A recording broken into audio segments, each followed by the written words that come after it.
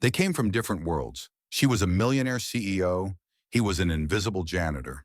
But one night, one broken violin and one melody turned their lives upside down forever.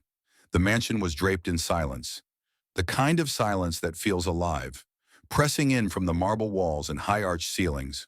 At 2 in the morning, the world outside was hushed, but inside, Evelyn Moore wandered barefoot down the grand staircase. She had abandoned sleep hours ago. The board meeting scheduled for tomorrow rattled through her mind like a storm she could not quiet. Her polished exterior, the sharp brown eyes, the dark hair always immaculately styled, the flawless poise of a 35-year-old millionaire CEO, was useless against the chaos within her. She wrapped her silk robe tighter around herself, hoping the fabric might at least contain the restlessness burning in her chest. Then she heard it, a sound so unexpected in the dead of night that she froze on the landing. A thread of music, fragile and uneven, yet unmistakably a violin. The notes were rough, marred by the rasp of a broken string, but beneath the imperfections was a haunting tenderness. Evelyn gripped the banister, her breath catching. Each note echoed against the marble, filling the air with something she had not felt in decades, the warmth of memory. She descended step by step, her pulse rising with each bar of the melody. In the vestibule, under the golden glow of the chandelier, stood Daniel Hayes, the mansion's janitor. His dark hair was tousled, his blue uniform rumpled, sleeves rolled to his forearms. The violin he held looked as battered as he did. A crack along the body, a string knotted crudely with twine. His bow moved hesitantly, yet from the broken instrument came a lullaby so achingly familiar that Evelyn's knees weakened. She had heard this song before, long ago, in another life. Her mother's voice had hummed it as she drifted to sleep, the scent of rosin and jasmine in the air, the comforting vibration of a violin song filling their tiny apartment. The memory pierced through her carefully constructed armor of wealth and control. For years she had locked it away after the fire that took her mother and the violin both. She thought the melody had burned with them. Yet here it was, resurrected by a man the world barely noticed, on an instrument that had no right to still sing. Daniel looked up suddenly and stopped, startled to see her. His hand tightened around the bow as though caught stealing. "I'm sorry, Ms. Moore," he said quickly, voice low and apologetic. "I shouldn't be here. I just wanted to hear how it sounded in this hall. I'll stop." He started to lower the violin. "Don't," Evelyn said, the word escaping before she could think. Her voice cracked, betraying the rawness inside her. She swallowed, steadied herself, and whispered, "Please, keep playing." Something softened in his eyes, though his posture remained cautious. The posture of a man who had been judged too many times. Slowly he raised the bow again and drew it across the strings. The music returned, halting at first, then gathering strength as he closed his eyes and lost himself in the melody. Evelyn's chest tightened. The notes poured over her like water through a dam she had worked all her life to build. She blinked rapidly, but the tears came anyway. They slipped down her cheeks before she could hide them. Daniel noticed. His playing faltered, the bow hovering midair. His expression flickered between confusion and concern. Evelyn turned away slightly, embarrassed by her vulnerability, but her voice broke the silence. "What is that piece?" she asked, though she already knew the answer deep inside. He shrugged, looking at the violin. "I don't know the name. Found the sheet in the case when I bought this at an auction. It was broken, but I fixed it up enough to make a sound. Sometimes I play it at night when I can't sleep." Evelyn's throat burned as she forced the words out. "It was my mother's. That melody. She played it for me every night." Daniel's eyes widened slightly, but he said nothing. He only studied her for a long moment, as though trying to understand how someone who had everything could still look so fragile. From the shadow of the staircase, a small figure appeared. Mia, his 6-year-old daughter, rubbing her eyes with a tiny fist, curls tumbling across her face. She padded forward sleepily, holding onto the hem of her father's shirt. "Daddy, why'd you stop?" she asked softly. Then, blinking at Evelyn, she added with disarming innocence, "It makes the house happy." Evelyn pressed a hand to her lips. She wanted to laugh, to cry, to scream at the unfairness of how such a small child could speak the truth she had denied herself for years. Instead, she only whispered, "It does." The three of them stood there in the vastness of the mansion. The billionaire, the janitor, and the little girl, bound together by a melody thought lost to ashes. The marble halls had never felt so alive. And for the first time in years, Evelyn Moore, powerful, untouchable Evelyn, felt her soul breaking open to something she could not control and she did not want to. The following night, Evelyn found herself pacing in her room long after midnight, her silk robe trailing behind her like a shadow she couldn't shed. She told herself she wouldn't go down. She told herself that what had happened was an anomaly, a moment of weakness, that she didn't need to see it or him again. Yet the echo of that melody haunted her. The way it had cracked her wide open and poured her mother's memory back into her chest made sleep impossible. At last, almost against her own will, her bare feet carried her down the stairs once more. The vestibule was dimly lit by a single lamp. Daniel was there again, standing in the very center of the marble floor, the battered violin tucked beneath his chin. This time his daughter Mia sat cross-legged on the floor beside him, her head bobbing drowsily, a small stuffed dinosaur clutched in her lap. Daniel's bow drew the same tune, but softer now, more tender, as if he were coaxing the walls of the house to remember something long forgotten. Evelyn hesitated in the shadows, watching them. He wasn't playing for her this time. He wasn't even playing for himself. He was playing for Mia, for a child who had lost too much too soon. It struck Evelyn with sudden force that this man, whom she had dismissed for months as just another faceless employee, carried the same invisible burden she did. Grief that never left, only learned to hide. She stepped forward and her footsteps carried across the marble. Daniel looked up, his expression flickering with surprise but not shame. His daughter turned sleepily, blinked at Evelyn, then smiled. "You came back," Mia said simply, as if Evelyn's presence was the most natural thing in the world. "I couldn't sleep," Evelyn admitted, her voice lower, stripped of the sharpness it usually carried. She sat on the bottom step again, folding her arms across her knees. "The music, it stays with me." Daniel nodded slightly. "Some sounds cling to the walls, even after the people who made them are gone." His voice was steady, but she caught the weight hidden beneath the words. "You play well," she said after a pause. He gave a quiet huff of a laugh, the kind that wasn't quite amusement. "I play enough. I never trained. Picked it up because sometimes silence is too heavy." He adjusted the grip on the bow, his dark eyes focused on the strings. "This one isn't in good shape, but it still sings." Evelyn's throat tightened. She glanced at Mia, whose head was beginning to droop. The girl fought sleep, blinking stubbornly, wanting to stay where the music was. For a moment, Evelyn envied her. Envied the way children could claim comfort without apology. "Your daughter, she likes it?" "She says it keeps the nightmares away," Daniel replied quietly. "After her mom passed, she couldn't sleep. The violin helped. Even broken things can bring peace if you let them." The simplicity of his words hit Evelyn harder than any boardroom insult or rival's cruelty ever had. She sat back against the step, suddenly tired in a way she rarely allowed herself to feel. Her life had been a fortress of schedules, deals, and relentless perfection. And here in the quiet at 2 in the morning, a man with calloused hands and a little girl had reminded her of the one thing she had starved herself of: peace. "My mother used to play too," she whispered, her voice breaking slightly. "Every night until—" She trailed off. She hadn't told anyone the rest in years, hadn't let herself speak it aloud. But something in Daniel's stillness pulled the truth out of her. "Until the fire. I lost her. I thought I lost everything of hers." Daniel's gaze softened, but he didn't push, didn't flood the silence with platitudes. He only said, "Sometimes things find their way back. Not always how we expect." Mia curled against his side, finally succumbing to sleep. Daniel lowered the violin carefully, resting it across his lap, his other arm gently circling his daughter. The sight tore at Evelyn in a way she hadn't anticipated.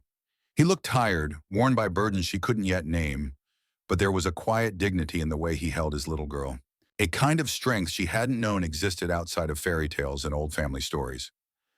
Evelyn rose slowly, not wanting to disturb the fragile peace of the moment. "Good night," she whispered, more to Mia than to Daniel. He inclined his head, his eyes steady on hers. "Good night, Ms. Moore." As she ascended the staircase again, Evelyn realized her chest felt lighter, though her eyes burned with unshed tears. She had spent years building a fortress of marble and glass, believing it would protect her from loneliness and loss. But tonight, at 2 in the morning, the fortress had cracked, and she wasn't sure if she wanted to repair it or finally let the music seep in. The following evening, Evelyn carried with her a restlessness she could not shake. All day, her meetings had blurred together, her colleagues speaking in numbers and projections she usually devoured, but now barely absorbed. Every chart and every graph seemed meaningless compared to the sound that had wrapped around her heart the night before. When night fell and the mansion settled into silence, she found herself once again drifting toward the vestibule, pulled as though by invisible strings. Daniel was already there. The cracked violin was cradled in his hands, the bow drawn carefully across the strings, coaxing a melody both fragile and defiant. Evelyn stood for a long time in the shadows, listening.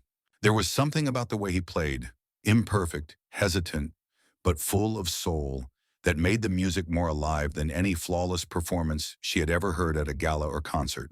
Mia was absent tonight, already asleep upstairs in the modest room the staff had given them. This time it was just him, the violin, and the echoing marble. Finally, Evelyn stepped into the light. Daniel stopped abruptly, lowering the bow. "Ms. Moore," he said, his voice cautious, almost apologetic. "Don't stop," she told him, and the urgency in her voice startled them both. She softened it with a small smile. "Please, keep playing." He studied her for a moment, then lifted the bow again. The melody resumed, winding its way through the vaulted space. Evelyn drew closer, her gaze fixed on the instrument itself. For the first time, she noticed the details she had overlooked before.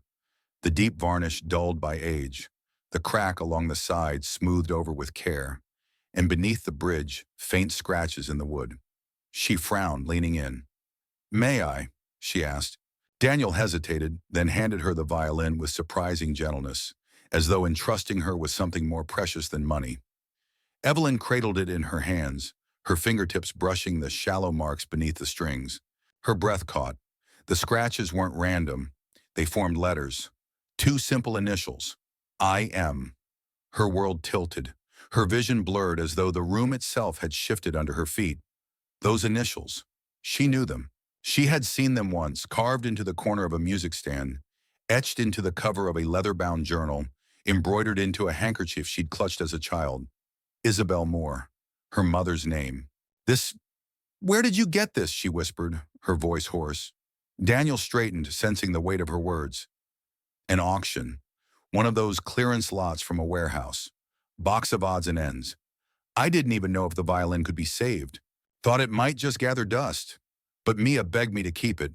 She said it wanted to be played." Evelyn's hand trembled as she traced the initials. "It was my mother's," she said, her voice breaking. "This was hers. I thought it was lost forever.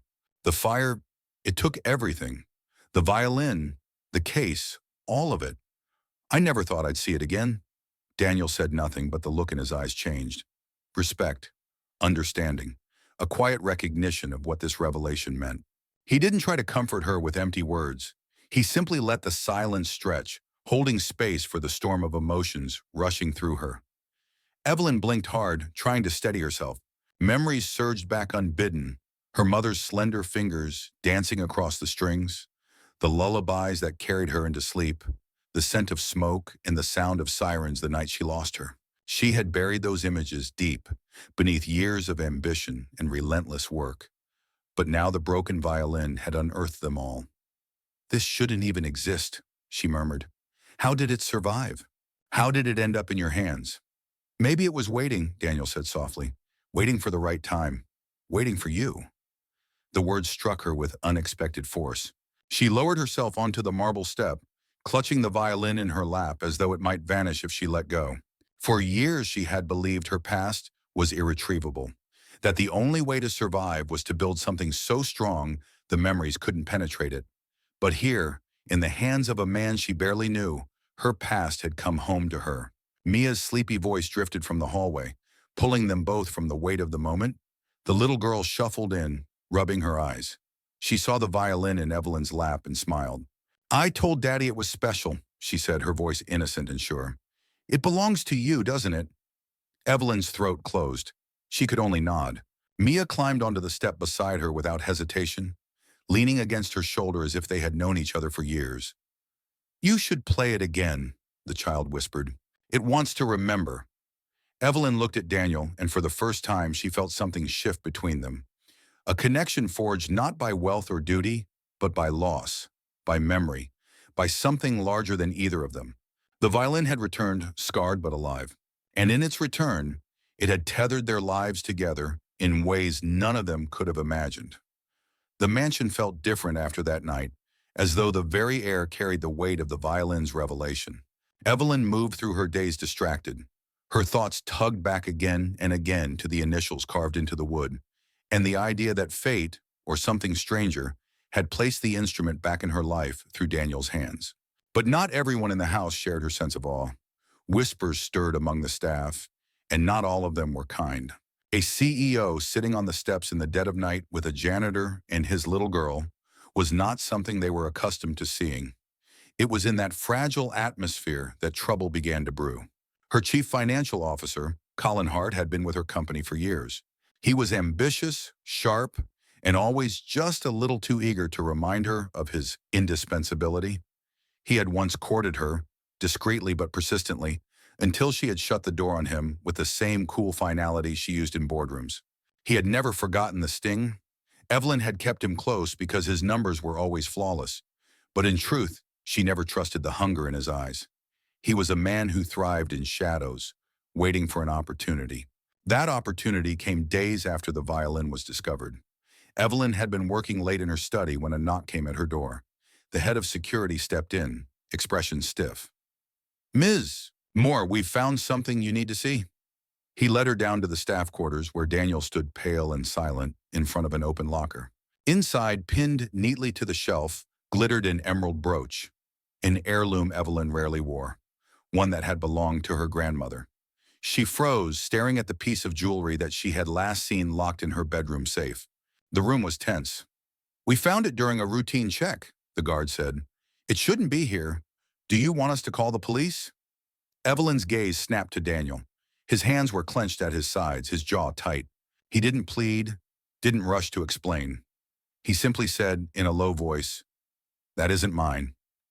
Mia was there too, sitting on a small bench with her backpack clutched to her chest, tears streaking down her cheeks. "Daddy didn't take it," she whispered fiercely. "He didn't." The room spun with the weight of expectation. The guards, the staff, even the walls seemed to wait for Evelyn's verdict. For a heartbeat, she wanted to believe the evidence, wanted to shield herself with cold logic the way she always had. The brooch was in his locker. Case closed. But something in Mia's trembling voice stopped her. Evelyn felt her instincts clashing with the years of armor she had built around herself. "Not the police," she said sharply. "Not yet." Her order drew murmurs, but she ignored them. "Pull the access logs," she continued, her CEO voice cutting through the tension. "Every camera in this wing. The past 3 days. Bring me the footage." By the next evening, she had the proof in her hands. Grainy but undeniable. A man in a cap loitering by the lockers, fumbling with a set of keys. For a split second, the cap tipped back and revealed a familiar jawline, a distinctive watch gleaming on the wrist. Colin Hart. Evelyn watched the video 3 times before setting it down. Her chest tightened with a bitter, ugly sense of vindication. She had known Colin's ambition was dangerous, but she hadn't expected him to stoop this low, to frame an innocent man, a father, just to undercut her judgment and prove her incapable of managing her own household. The next morning, she summoned him to her office. Colin arrived with his usual swagger, only to falter when he saw the still image of himself on the screen behind her desk. He opened his mouth, perhaps to spin a lie, but she cut him off. "You're finished," she said coldly, "effective immediately."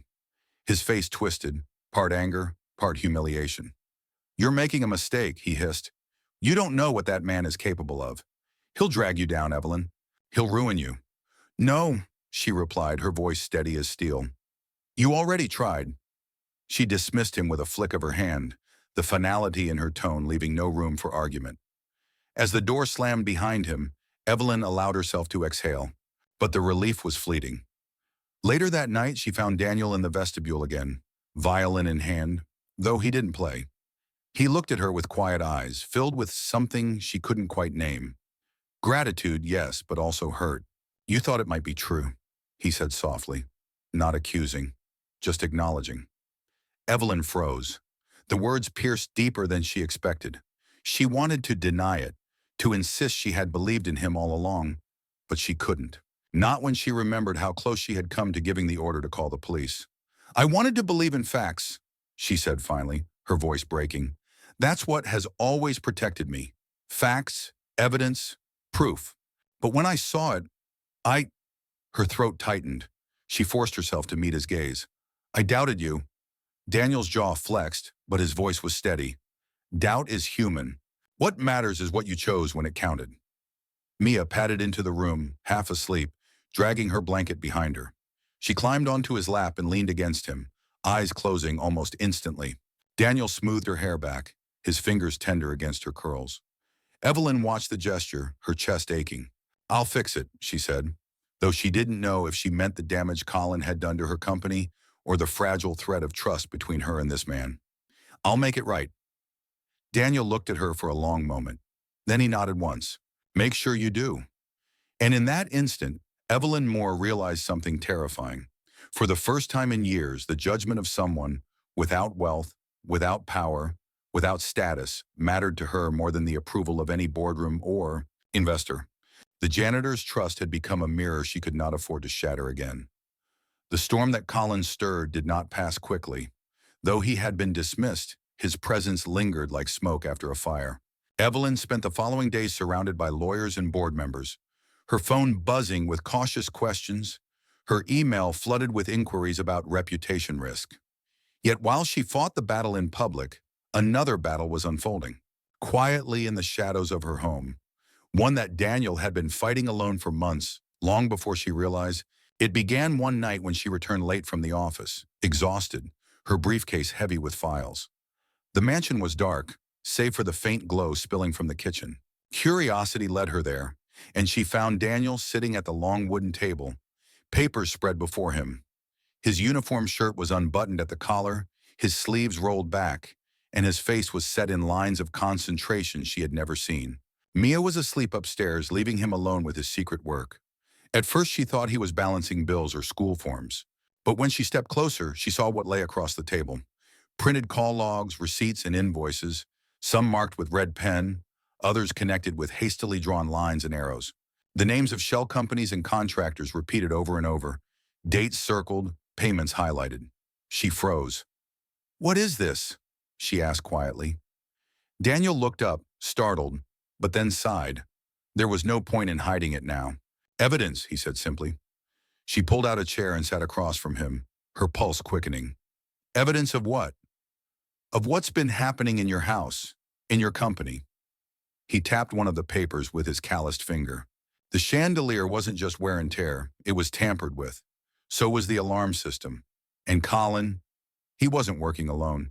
He's been funneling money to outside contractors for months. Shell accounts, burner phones, staged accidents. Evelyn felt her stomach twist. She leaned forward, scanning the documents. Each page bore a truth she hadn't wanted to face. Her fortress wasn't impenetrable. It had cracks, and someone had been widening them on purpose. You collected all this? She whispered. Daniel nodded. I started noticing things after I was hired. Little things. Doors unlocked when I knew I'd locked them. Equipment moved. Then I overheard conversations I wasn't meant to hear. At first I thought maybe I was imagining it. But when Mia's room was left open one night, even after I'd shut it, I knew it was more than paranoia. His voice tightened at that, and his eyes darkened. I wasn't going to risk her safety, or yours. Evelyn's chest ached. This man who earned a fraction of what she spent on a dinner had been quietly guarding her home with vigilance she hadn't paid for, hadn't even noticed. He had carried the weight of it alone, never asking for acknowledgement, never stepping beyond the boundaries of his job until now. Why didn't you come to me sooner? She asked, her voice softer than she intended. Because you wouldn't have believed me, Daniel said bluntly. Not then. Not before the violin. The truth of it stung. He was right. Before those nights, before the music, she would have dismissed him as just another employee, someone beneath her notice. She would have seen conspiracy where he saw patterns, and she would have ended the conversation with a cold thank you in a dismissal. But not now. Not after what they had shared. He slid a notebook toward her. I've been sending some of this to a journalist under a pseudonym. Someone I trust. If anything happened to me, I wanted the truth out there. Evelyn glanced at the name scrawled on the first page. Finch. Why Finch? Daniel's expression softened, the harshness in his face easing. Mia found a little finch once with a broken wing. Everyone said it wouldn't fly again, but she wouldn't let it go. She nursed it until it flew. Crooked, sure, but it flew. Sometimes broken things deserve the chance to keep going. The words landed heavy in the quiet kitchen. Evelyn felt her throat tighten as she looked at him. Not as an employee, not even as a man who had saved her grandmother's brooch from disgrace, but as someone who understood survival in a way she had long forgotten. She sat back, her eyes sweeping the scattered evidence. So what do we do? Daniel met her gaze steadily. You do what you do best. You fight them in the open, with facts and power. But know this, his voice dropped, rough but sure. You're not alone in this anymore. Not as long as I'm here. Evelyn held his gaze, her heartbeat unsteady. For years, she had built her life on the belief that she could only trust herself, that no one else would protect her, no one else would understand. And yet here sat a man who had nothing by the world's standards, offering her a loyalty stronger than any contract, a vigilance sharper than any security system. Her fingers brushed the edge of one of the receipts, tracing the ink. You've carried this by yourself all this time. Daniel gave a small, tired smile. It's easier to carry weight when you already know what loss feels like. His eyes flickered, shadowed with grief she knew he still carried for his wife. For a long moment, neither spoke. The only sound was the faint ticking of the clock on the wall. Finally, Evelyn leaned forward, her voice barely above a whisper. Thank you. Daniel shook his head. Don't thank me. Just don't look away anymore. And with that, the silence returned. But it was no longer heavy. It was full of something unspoken, something fragile yet undeniable. Evelyn realized then that trust was not built on perfection or promises, but on the quiet, relentless acts of someone who stayed even when the world turned against them. And for the first time in her life, she wasn't afraid to let someone share the fight. Morning light streamed through the tall windows of Evelyn's office, painting long, golden stripes across the polished oak table. Normally, she found comfort in that sight. The sun breaking over her estate had always felt like proof of her control, a reminder that she owned the day before it even began. But this morning, the light brought no reassurance. The folder of evidence Daniel had given her sat open in front of her, and with every page she turned, her chest grew tighter. Payments disguised as maintenance contracts, equipment failures that weren't failures at all, notes that tied Colin to men she had never heard of, but whose names whispered danger. It wasn't just betrayal. It was a plot that had wormed its way into the very bones of her house and her company. By mid-afternoon, she had already made her decision. Hiding wasn't an option. If she tried to bury this, it would grow teeth and destroy her. The only way through was to drag it into the light. She called her lawyers. She called the board. And for the first time in her life, she called the police before they called her. That evening, flashing blue lights reflected off the marble facade of her mansion. The sight of uniformed officers crossing her threshold made Evelyn's stomach clench. She had spent her life building a fortress untouchable to scandal. And now scandal had forced its way inside. Cameras clicked outside the gates, reporters already hungry for a headline. She straightened her shoulders, forced her breathing steady, and prepared herself to face them. The officers didn't take long. With the files Daniel had meticulously gathered and the logs from her own security system, the case was undeniable. Colin Hart was arrested in his downtown apartment the same night, his protest muffled by the noise of journalists swarming like vultures. By dawn, his photograph was plastered across every business channel and gossip site. Once the golden CFO, now a disgraced man in handcuffs. But the spotlight didn't fall solely on him. It fell on her, too. Evelyn Moore, the billionaire CEO, the woman who had seemed untouchable, was suddenly at the center of a storm. Questions about her judgment, her leadership, even her personal life ricocheted through the press. By the time she walked out onto the steps of her mansion the next morning, a wall of cameras and microphones was waiting. She hadn't planned on speaking. Her lawyers had warned against it. But when she saw the frenzy, when she thought of Daniel and Mia, when she thought of her mother's violin and how close she had come to losing everything again, she knew silence would be a surrender.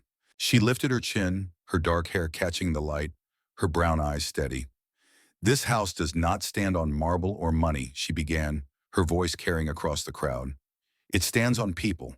People who work, who guard, who clean, who keep its heart beating when no one is watching." One of those people, Daniel Hayes, saw what I did not. He gathered the truth at great risk to himself. He protected not only my home, but the memory of my family. Without him, none of this would have come to light. The words rang out like an arrow, surprising even herself. She had never shared her spotlight before, had never willingly shifted credit to someone else. But as the cameras flashed, she felt no regret. If anything, she felt lighter. Later, when the reporters had dispersed and the officers finished their questioning, Evelyn found Daniel in the vestibule, leaning against his cart. He looked uncomfortable, as though the walls were pressing in on him now that his name had been spoken to the world. "You didn't have to say that," he told her quietly. "Yes, I did," she replied. "You earned it. You carried this on your back for months. You deserve to be recognized." Recognition, however, was not what he wanted. He shifted, his gaze moving toward the staircase where Mia's laughter echoed faintly from above. "Attention doesn't always help people like me," he said. "It paints a target. But thank you. For once, it feels like someone finally saw what I was doing." Evelyn's chest tightened at that. She thought of how often she herself had longed to be seen. Not as a title, not as a bank account, but as a person. And she realized they weren't so different. She stepped closer, lowering her voice. "You've been protecting me." "Protecting her," she added, glancing upstairs. "Now it's my turn. I'll make sure nothing touches you or Mia. Not ever again." His eyes met hers then, and for the first time she saw the walls in him lower, if only a little. "Be careful with promises," he said. "People like me know how easily they break."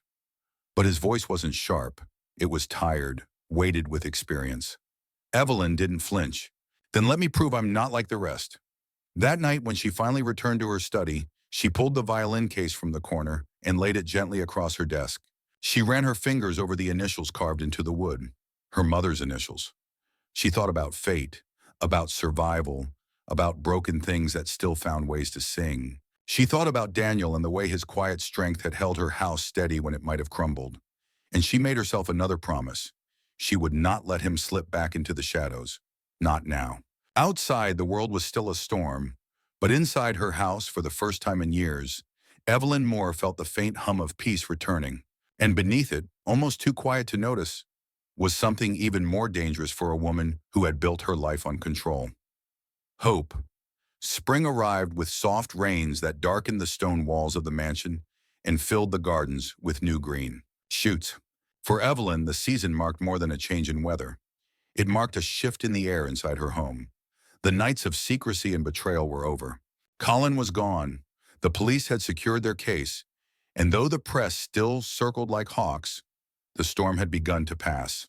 What remained was a house that felt both wounded and waiting, as if it yearned for something more than polished marble and silent halls. Evelyn stood one afternoon in the abandoned ballroom, her heels clicking softly on the dusty floor. It had once been the crown jewel of the estate, a room meant for glittering galas and dancing dignitaries. But for years it had sat neglected, its chandeliers covered in cloth, its parquet dulled by time. She traced her fingers along the faded paneling, and for the first time she didn't see a dead room. She saw possibility. She remembered Mia's words. The house was happy when the violin played. Perhaps this house, like herself, needed music to breathe again. When she shared her idea with Daniel, his expression was unreadable at first. He leaned against his mop handle, studying her as though trying to decide if she was serious. "A music room," he repeated slowly. "Yes," she said firmly. "Not just for me. For you. For Mia. For anyone here who wants it. We have space that's rotting while children whisper songs into the corners." "That's wrong." Daniel looked away, the corners of his mouth twitching with something that wasn't quite a smile. "I don't know if you realize what you're offering. Most people don't hand the keys of their ballroom to the janitor and his kid." Evelyn stepped closer, her gaze unwavering. Most people don't know what I know now. That music can save you when nothing else can. Her voice softened. And if I'm honest, maybe it's not charity at all. Maybe it's selfish. Because I need this too. He studied her a long moment, then finally gave a slow nod. The weeks that followed were unlike anything the mansion had seen in decades. Evelyn hired craftsmen to restore the floors and polish the chandeliers, but she insisted the heart of the work remained simple. She wanted warmth, not opulence. Acoustics, not spectacle.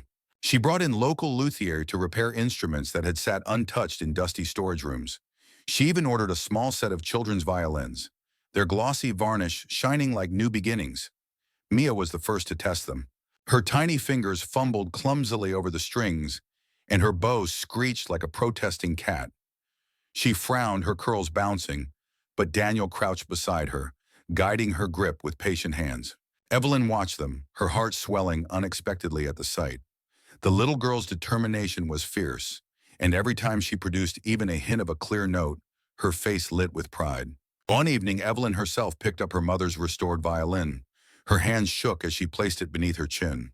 The first note was hesitant, rough around the edges. But as she continued, the memories she had buried began to flow back. Not with pain this time, but with something gentler, like a wound healing into scar. Daniel accompanied her on the old violin he still used, his imperfect but soulful tone weaving with hers.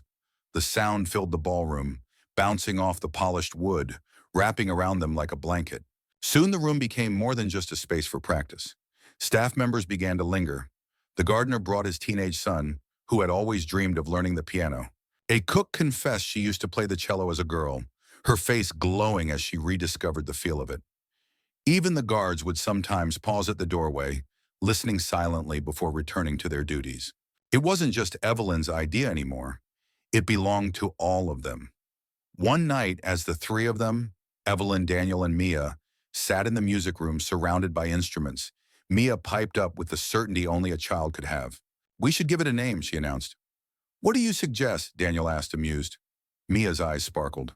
"The Finch Room," she said proudly, "because Daddy said finches fly even with broken wings. And this house is flying again, right?" Evelyn's breath caught.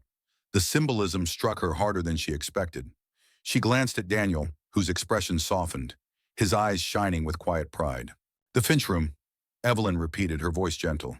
"Yes, that's exactly what it is." From that night forward, the Finch Room became the heartbeat of the mansion. Music drifted through the halls at unexpected hours. Laughter spilled across the marble floors. And for the first time in as long as Evelyn could remember, the house didn't feel like a fortress. It felt like a home. And yet, beneath the warmth, something else had begun to grow. Evelyn couldn't ignore the way her pulse quickened when Daniel's eyes lingered on hers, or the way his presence steadied her when doubt threatened to swallow her whole. He never asked for anything, never crossed a line, yet she felt the pull of something undeniable. Perhaps it was too soon to name it. Perhaps it was too fragile to risk. But every time their bows touched strings in harmony, every time Mia leaned against them both, Evelyn felt the boundaries of her world shifting. The woman who had once believed she could only survive through control was beginning to understand a new truth. That sometimes the greatest strength was found in letting someone else hold the melody with you. The day of the opening came quietly, without the glittering fanfare Evelyn's events usually carried. There were no society columnists in diamond gowns, no investors shaking hands beneath chandeliers. Instead, the people who filled the Finch Room were the ones who had kept her home alive when she hadn't noticed. The staff who cleaned its floors, the gardeners who tended its roses, the cooks who kept its kitchens warm. Their children sat in neat rows at the front, their legs swinging, eyes wide with curiosity.